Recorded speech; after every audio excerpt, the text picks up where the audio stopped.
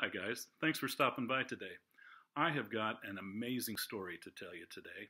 I'm going to entitle this Remember Who You Are. This story deals with my fifth great grandfather. So figure out your relationship to me, and you can figure if you need to add or subtract some greats on there. My great, great, great, great, great grandfather, his name was David Winters. Okay? Now, we're going to back up just a little bit because David's parents were Henry Winters and Elizabeth Keller. And back in the mid 1700s, they were homesteaders and were moving out into Indiana. A lot of problems with the Indians out there. And the story goes that one day Henry, David's father, was out working, I guess, clearing land or something, and a group of Indians stopped by the home to ask Elizabeth where her husband was. She decided it was best thing to tell the truth, and so she told those Indians where he was working, and they disappeared in the woods, but they came back. And at that point, what they did is they rounded up the family. Henry and Elizabeth had 12 children at the time. The Indians gathered them up, they burned their home, and they killed all but two of the children. And David was one of those that they let live. David at this time was 4 years old. And they took them. David never did see his father and never knew what happened with him. And those Indians took David, a small baby, and his mother, and set off. And they walked all day and all night. The baby started crying, and the story, it's kind of brutal, but one of the Indians killed the baby. David said he never knew what happened with his mother, only that when they reached the Indian camp, she was not there. And when they got to this Indian camp, they'd walked all day and most of the night, and they got to this camp by a river, somewhere in probably what is now Indiana. And when they got there, again, David was 4. There was another white boy who was there. He was about 6 years of age, and they kept those two together. But they didn't trust them, so every night, David and this other boy would sleep between two Indians on each side. He said that they were watched very closely for the first 2 years. So from age 4 to 6, he was under almost constant scrutiny.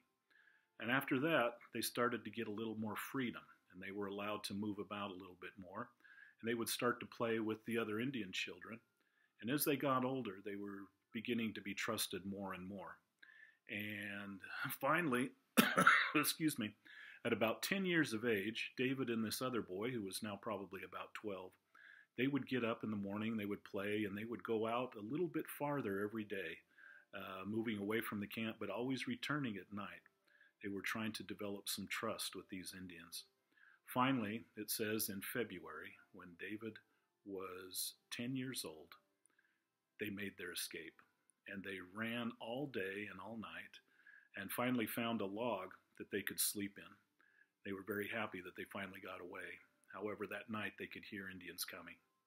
And it says, David reports that they actually stood on the log that they were hiding in as they were looking for them. Well, they were very scared, and so they spent all that night and all the next day quietly in that log because they didn't want to be caught and taken back. Finally, on the next night, when it got dark, they got up and walked again, and they saw some smoke. But they weren't sure if it was Indians or what, so they decided to wait until daybreak, and then they saw a cabin. They actually made it to that cabin. They told the man what had happened, and he took both of those boys in. David reports that the other boy was finally taken by another family. However, he was able to tell them that his name was David Winters.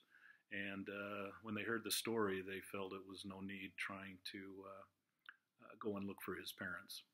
But because he was able to remember who he was actually David Winters. The line is completed, and so if you look in Family Search, you'll see that David is connected. He was down the line, maybe like 4th or 5th child that Henry and Elizabeth had. But he grew to manhood. He married an Irish woman. Is that right? Yes, an Irish immigrant named Jenny Rosebrough. And they married and they had 3 children, Eliza being the oldest, who is my great-great-great-great-grandmother. And she was the one that told this story, and it was recorded, and you can actually look it up in Family Search. There's a lot more detail there than I shared with you today, but an incredible story of my fifth great-grandfather who spent 6 years in captivity, held by the Indians, but always remembered who he was. And because of that, he was able to keep his name and his identity. And through his children, my fourth great-grandmother, that story has been passed on. This is one I'd never heard before, but I find it amazing. And I think there's a lot to be said about when you hear comments about remembering who you are. You can always think of David Winters, who went through a great deal of hardship, suffering.